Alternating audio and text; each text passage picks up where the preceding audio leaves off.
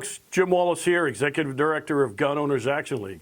Let me first say what a great job by a whole lot of people getting the word out on HD 4420. With your help, we have distributed about 18,000 lawn signs and countless bumper stickers and other informational materials. With the summer over, the legislature is back at it, and we need to ramp up our efforts once again. There's not much new to report about the bill itself. We know the Speaker, Mariano, is trying to find allies to push something through. The Senate has formed a working group of sorts, led by Senator Cream. We've already had an initial meeting with her. Other than the typical ghost gun garbage and live fire requirements, there's no real sense as to what they really have in mind. Goal has our own so-called ghost gun bill that does nothing to affect lawful citizens. It only hammers prohibited persons who are building guns or even distributing parts amongst gangs and drug dealers. They're criminals, so put them in prison, but leave our people alone. Our bill actually was released by the Committee on Public Safety in the last legislative session. So why aren't they using that language? Could it be they don't actually want to separate the good guys from the bad guys? We'll see. The live fire mandate is another piece that no one can explain. I have asked everyone I've talked to the same question.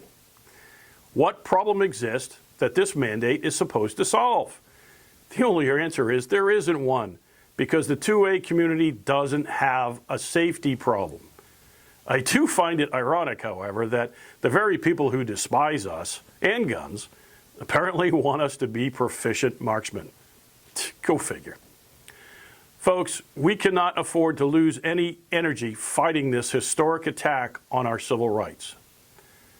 History will judge us on what we do now. Do we get complacent and give up?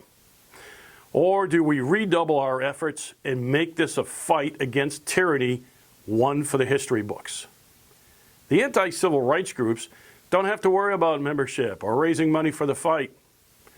They have billions of dollars behind them to spoon-feed their drones that actually have no clue what they're supporting. We, on the other hand, can only rely on each other. Our side is the true grassroots army of freedom fighters, and we need to live up to that. So our next step is to make an impressive showing at the Bring Bruen to Boston rally on Wednesday, September 27th. It is imperative that the 2A community takes the time out of your busy schedules to send a clear and loud message that we will not go silently into the night and allow our civil rights to be destroyed. Now listen, I know it's inconvenient for so many of you to take a weekday off. But if we held it on a weekend, no legislators would be at the State House. The only chance we have that some will be there is to have it during the week. Please keep in mind that this is the civil rights fight of the century. Fighting against tyranny is never convenient, but it's absolutely necessary. We wouldn't ask you to attend if it wasn't. We cannot allow the enemies of freedom to casually walk into the State House with smiles on their faces while they lobby for the greatest attack on our rights we have ever experienced without a much stronger response from us. If we all don't take a stand now, we may never be able to again. We have also heard from people that they're afraid if they come to the rally that somehow the police will find a reason to arrest them. Others are scared the state will use some kind of facial recognition technology and show up at their door days later. This is obviously a fallout from the infamous January 6 arrests.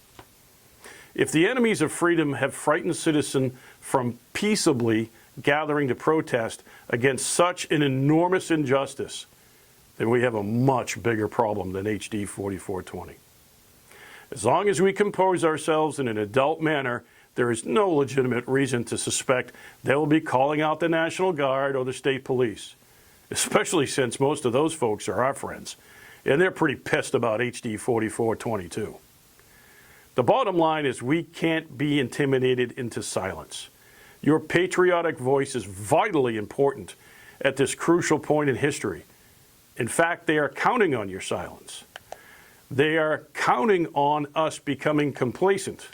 They are counting on our daily lives to distract us from the task at hand. Let's prove them wrong with one combined loud voice. So please join us for this important rally on the Boston Common Wednesday, September 27th. Check the Goal website for details and available rally buses around the state. We highly recommend using one of these buses because driving into Boston and parking post-COVID is a nightmare at best. So let's get this next task done in a great fashion. Show them you will not shrink from this fight. Show them just how important this is to you and future generations. I hope to see you there. And let's continue to bring the energy into the fight that's necessary, an energy that matches this historical importance. Thank you very much.